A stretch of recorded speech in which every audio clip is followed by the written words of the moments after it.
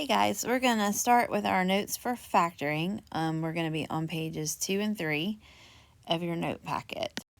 So the first thing we cover is the steps for factoring success. So step number 1 is draw parentheses and fill in the variables. So I'm going to go ahead and make my 2 sets of parentheses.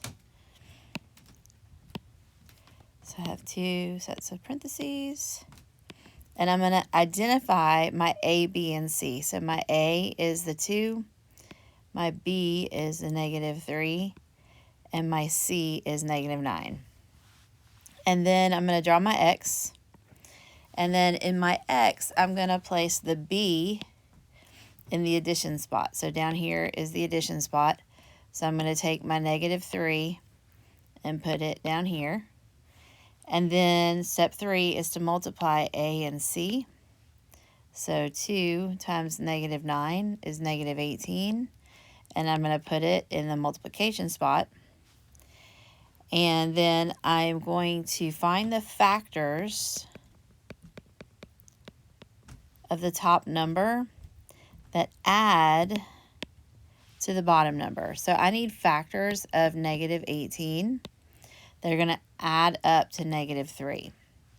So when I look at this, I see this negative sign, and that means I'm going to subtract the factors, and I got to figure out how I'm going to subtract the factors and get -3. So I will start by dividing by 1. So I have 1 times 18. When I subtract those, I get 17, so that's not it. Then I'm going to go to 2 times 9. So 2 times 9 is, one of them has to be negative to give me -18. But when I take the difference, I get 7. So I'm going to move on to 3. 3 times 6, when I get the difference here, I get 3. So I know I'm going to use 3 and 6 on the sides. But one of them has to be positive and one of them has to be negative. And they have to add up to -3. So I'm either going to do +3 plus -6. That's going to give me -3. But if I did it the other way and did -3 plus +6, I would get +3. So since I need -3, I'm going to use +3 and -6. So then I figured out the signs. That was step number 5. So I solved the X, and then I'm going to put those numbers in parentheses. So I've got X plus 3 and X minus 6. And then I'm going to divide the numbers in the parentheses by A. And then I'm going to simplify the fractions. Okay, so I'm going to divide by A. Remember, A is 2. So I'm going to take my 3 and divide it by 2. And I'm going to take -6 and divide it by 2. And then I'm going to simplify, and I'm going to rewrite them. So 3 over 2 can't be simplified, so I'm going to leave it as 3 over 2. But -6 over 2 would reduce to -3. So I'm going to rewrite that. And then the last step here is bottoms up. So after reducing our fraction, we're going to bring the denominator to in front of the X. So in front of the X. So here we have a denominator, and we're going to move it to in front of that X. So I'm going to rewrite this as 2X plus 3 times X minus 3. And that's my answer. All right, so that's how we factor with all 3 terms. So we're going to look at a couple examples real quick. So remember, step 1 is draw parentheses and identify A, B, and C.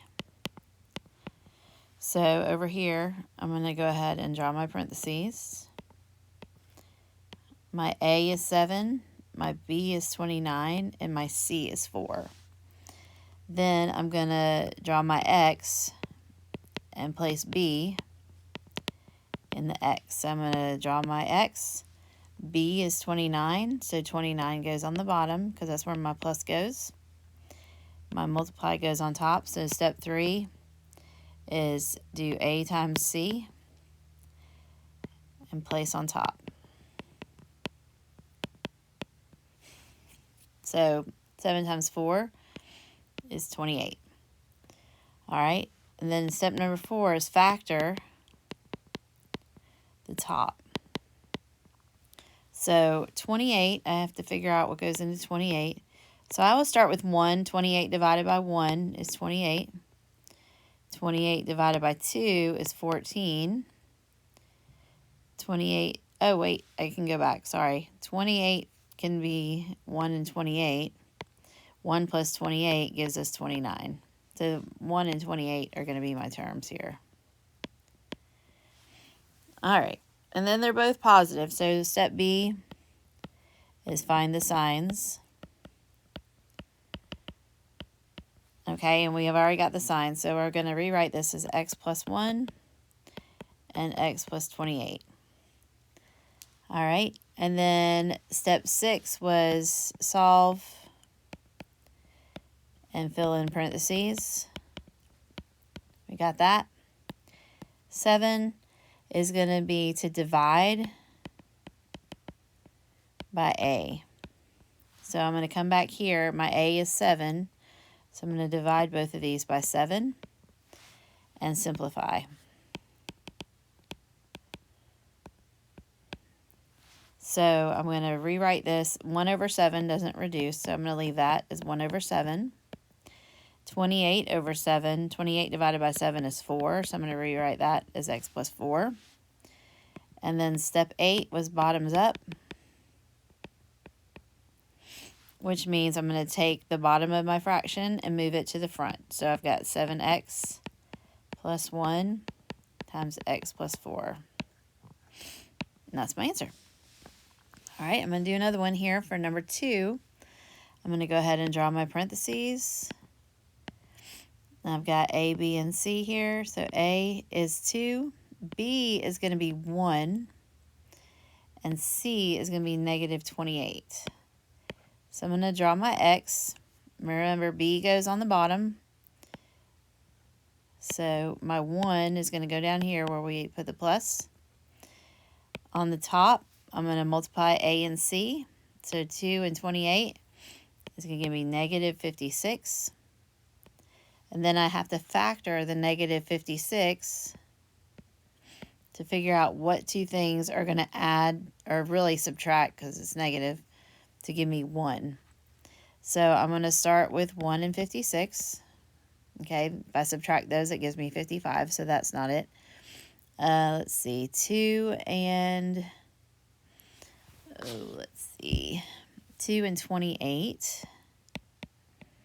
Okay, when I subtract those, I get 26, so that's not it.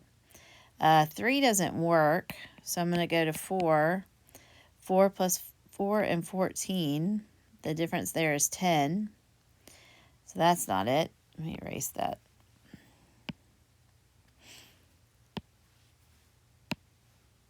All right, so 4 and 14 is not it. 5 doesn't work. Let's see, 6 doesn't work. And then I have 7 and 8. So 7 and 8, the difference between 7 and 8 is 1. So I'm going to use 7 and 8. And then I have to find the signs. And so they have to add up to 1. So I'm either going to have negative 7 plus 8 or positive 7 and negative 8. So when the positive number is bigger, I get a positive answer. When the negative number is bigger, I get a negative answer. So I want to use negative 7 and positive 8. So I'm going to go ahead and fill in my parentheses. So x minus 7, x plus 8. Then I'm going to divide by a, which was 2, and simplify my fraction.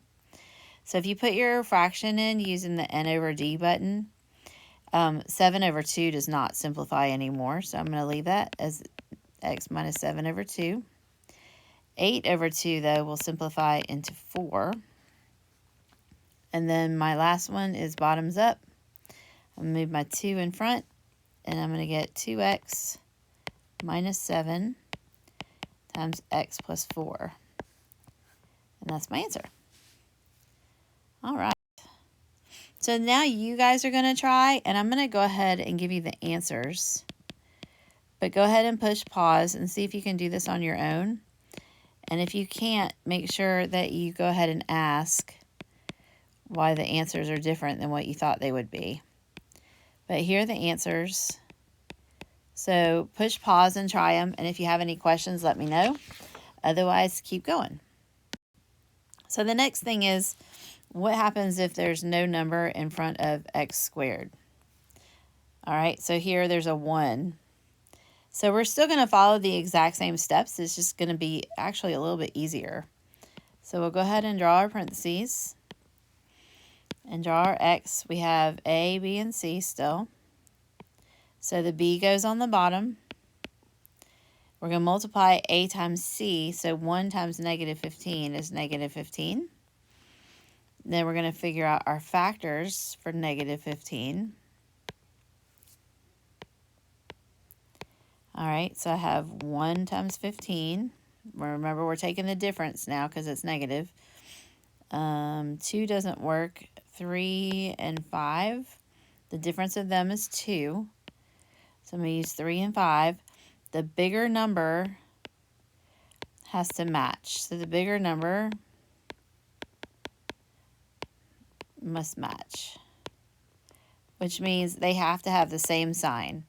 So I'm going to put a negative in front of the 5, and I'm going to rewrite this as x plus 3, x minus 5. And you'll notice that a is 1, so when I come back through and divide by 1, it doesn't really have to do anything. It's not going to change anything. So my answer is just going to be x plus 3, x minus 5. So let's look at another one of those. So step 1, draw your parentheses. Identify your coefficients. I'm going to draw my x. Remember, the b goes on the bottom, so negative 6 goes on the bottom. 1 times negative 27 is negative 27. I need to find my factors of negative 27, so I'm looking for a difference of 6. So I have 1 and 27. 2 doesn't work. And then I have 3 and 9. And 3 and 9 give us a difference of 6. So I'm going to put 3 and 9. And remember, the bottom number has to match what's on, or the bigger number has to match what's on the bottom. So the 9 is going to be negative, because 3 plus negative 9 is negative 6. So I'm going to write this as x plus 3. X minus 9. I'm still gonna go back and divide by 1, which doesn't really change anything, but that way I don't forget. And that's my answer. All right, now you have a couple more. The last thing here I wanted you to look at is make sure that you check for a greatest common factor. What that means is you look and see, is there something that all 3 of these numbers can be divided by? Usually, it's whatever the a term is. So, for example, all 3 of those can be divided by 3. So I can rewrite this with a 3 in front, and then I'm going to divide each one by 3. And I'm going to get 3 divided by 3 is just 1. So I've got 1v squared. 24 divided by 3 is 8, so 8v. And negative 27 divided by 3 is negative 9. And then you would just move on to factor this the way you did before. So I would use, for A, I'm going to use 1. B, I'm going to use 8. And C, I'm going to use negative 9. So I'm still going to draw my x. The B starts on the bottom. 1 times negative 9 is up here. And then I'm looking for the difference. So negative 9 is 1 times 9. And right there I can stop because the difference between 1 and 9 is 8. So I'm going to use 1 and 9. And remember, it's positive down here, so the bigger number also has to be positive. And so the smaller number is going to be negative. So I've got 3 still out in front. And then I'm going to do v minus 1, v plus 9. My a term now, I'm using what's in the parentheses, so my a term is 1. So I've got 3 times v minus 1, v plus 9. That's my answer. All right. So if you want to try this other one on your own, you're going to go ahead and divide out a 3 again. And when you factor what's left, you're going to get p minus 3 and 2p plus 5. All right, and then you have a couple more U tries right here. You can do the same thing. You can factor out a 3 here. I'm going to skip those because I think you're going to get enough practice here in a minute. So that's all we're going to do today.